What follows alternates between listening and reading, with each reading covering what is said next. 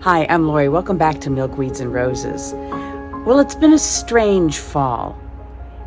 Surprisingly warm for a long period of time, which has caused a lot of delays in shutting down the garden, at least here in my zone 5B. And it's kind of outright confusing for some of the plants. I mean, look at this behind me. It's a second bloom of my autumn clematis. So this thing should have gone to bed long ago. It's still blooming. There is a hard freeze planned for 1 week from now. So there are some tasks that I have been doing all along and had to escalate now some of the other tasks to put my Zone 5B garden to bed for the winter, so to speak. And specifically, I'm talking about pots. You know, I started doing this when it happened to be winter's day. I was driving around and I went past one of my local garden stores that always had such a wonderful collection of containers. And I noticed all of their containers in storage outside. Well, I mean, it makes sense. They have hundreds and hundreds of them, you know, and they're only, partially open in the winter. They have definite seasons, So I thought, well, if they can store their pots empty upside down out in the landscape, sometimes they cover them with tarp, sometimes nothing at all. They just store them outside. Well, then why can't I? I don't have to bring every pot into my garage and try to stack them up and baby them along. If I'm trying to save some plants in those containers, then that's different. But for most of my containers now, the ones where I'm able, the ones that are ceramic anyway, that are glazed and ceramic, I empty those out, put the compost, the used compost, and the plants back in the landscape so they can return the carbon back to the soil. And I just store the pots upside down in an area that is protected from the wind. Starting in this southwest corner of my house, which is largely protected by a large overhang of roof here, not to mention the placement in the corner, there gets very little snow here. So these pots are right now just in a holding area.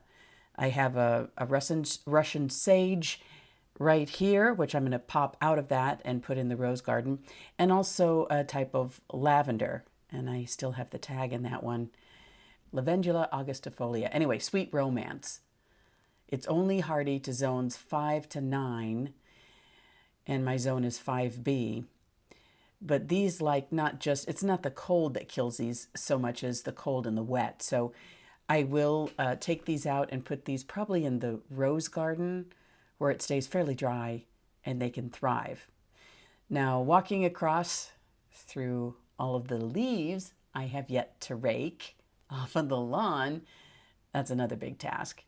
And the hostas I have yet to cut down. This is where I store the pots that were on my wall. I do like having just the pop of color here. They have been emptied out. The soil returned back to this landscape, which helps return the carbon to the soil. So I just turn these upside down and just store them right here up against my south wall.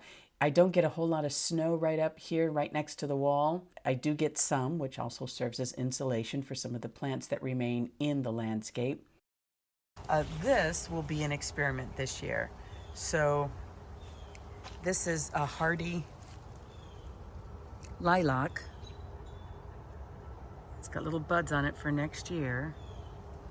And when I scratch at it, it's green, it's alive. But I will put a big mound of leaves in here, and I will keep this pot in place. This is a frost-protected pot. It's very heavy. So I keep this watered as we're going into a hard freeze so that it is hydrated. And then we'll just see how it does. I might put some fleece wrap around this pot in addition. I'll just watch the weather on that one and see what happens. But yeah, so this will be an experiment. This is hardy down to zone 3. And as a general rule, you want a pot, if you're going to keep it outdoors in a cold region like mine, it has to be at least 2 zones hardier than your current zone. So I'm zone 5B here. in Iowa, and this is hardy to a zone 3. And you see that little ladybug right there. That's why I don't do a yacht. That's why I try to keep as much garden material in place as possible, because all these good bugs need it to make it through the winter. She is welcome. These are my Wakefield pots and my pride and joy, my prize collection, and they're not cheap. You know, good pots are not cheap, but these are definitely not cheap. What I do is, and in fact, for some of these, I just leave the plants that are in there. The sedum, this was the third year that I had this in here. I just chop it down and put this whole thing, pot and everything, in the garage. And then come spring, I add some water over the course of the winter, but come spring, I replace maybe the top couple inches of topsoil, give it a really light fertilizer, because remember, sedum doesn't like heavy fertilizer. They tend to get leggy and flop. So that's what I do there. Here I just there's a couple of gladiolas in here, and a couple of cosmos, but cosmos, a couple of crocosmia and some cosmos. So I just take out the cosmos, leave the crocosmia, and I replenish the soil. I give since these are bulbs that are in here, they just go dormant anyway. So I just lift this whole thing, put it in the garage. And these are just geraniums with a couple of other, I think there was a couple hardy glad bulbs in there. So I'll just leave those in there. It's not a problem. The little potted rose that I have here, little container rose, a miniature rose, I'll just bring this whole thing in the garage, let it go dormant. It hasn't gotten quite cold enough yet.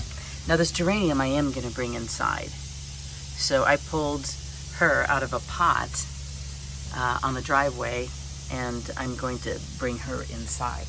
Always room for another geranium.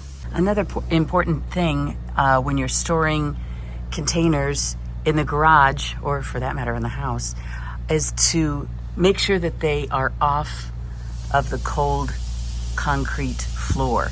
So you need to have either just a pot spacer, something, even a couple of flat rocks, something, a board, a couple of things in the garage to keep them off of the cold concrete floor. Also, that way when you are watering them, when they're in the garage, the water will run through and not just pool at the bottom, because that floor gets pretty cold. It's an unheated garage, and the floor gets pretty cold in the winter. So that's what I do. Now here on the south side of my garden, south side of my house, I have these two pots which have been emptied out and the dirt returned to the landscape. They're not going to stay here on the wall, obviously. I'm going to tuck them back into my rose garden. Some of these plants I just leave in place, like the garden mom, that I will chop these down some more and use these as a type of green mulch or a type of mulch for this area. These roses, which I will tie up, but not ready yet. I mean, look at it, still blooming. Isn't that that's just amazing. It's so beautiful. Anyway, it is a pretty windy day, so I did have to, you can see how that does affect the plant. So I'll tie these up and keep those safe from the wind rock. And these pots will move here, probably about that spot and this spot. And then I go around to the pots at the driveway, and these are, some of them, I put all of these actually on coaster, so I roll them into the garage. But this big pot is far too heavy to tip on the side and dig all the dirt out. So these pots here at the driveway are on rolling coasters, and that's because they're heavy, and also because as the beginning of the season, I have to roll them in and out of my unheated garage to acclimate them. They have to be off the driveway so we can scoop snow off the driveway in the winters. But there's a dahlia in there that I will scoop out and remove the tubers and store those. And the same with these other two, have some dahlias that I will dig out. I need a frost first to kind of put all of the goodness back in the bulb. And then I dig the bulbs out and store them in the garage along with these pots that I just wheel back in place. So I try to keep the pots to a minimum in the garage just for the sake of space. And here we go to the north side of the house where I have tucked my remaining pots right up next to the house, and they're empty. The dirt has been returned to the garden bed. Now this is a big old plastic pot meant to look like it's metal, but again, just for the sake of the size and it takes up a lot of room, I just store it right here in the landscape. As for the dirt, this is where I put the dirt from my containers. That is because this is where the ash tree was, and even though they had a stump grinder and I removed a lot of the wood chips from the tree, it still will continue to sink as the roots decimate under the ground. So I'll have to keep adding some more soil and keeping that built up as I continue to figure out, what plans do I want to do here? What do I want to put in this place? And the outside, I want an irregular pattern for this garden bed, which I think will work. And I can pattern it after some of these types of river rock.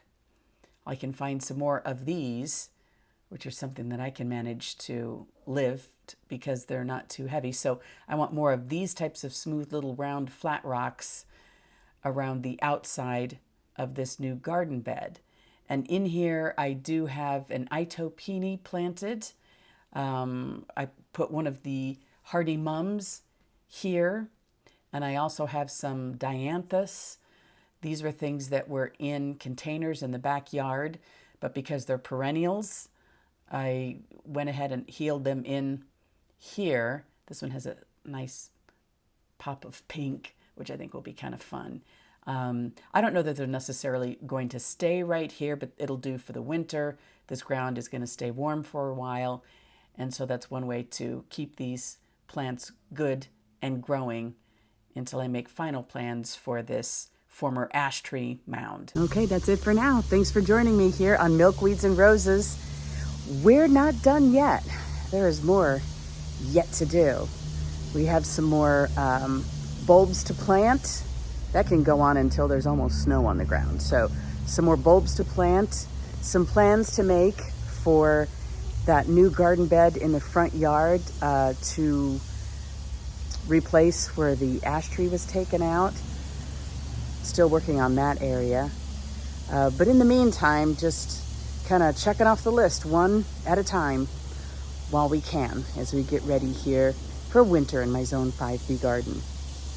Well, I hope all is well with you in your little corner of the world. Let me know what jobs you have going on, maybe how you store your pots too. Anyway, that's it for now. I'll see you next time here on Milkweeds and Roses. Bye.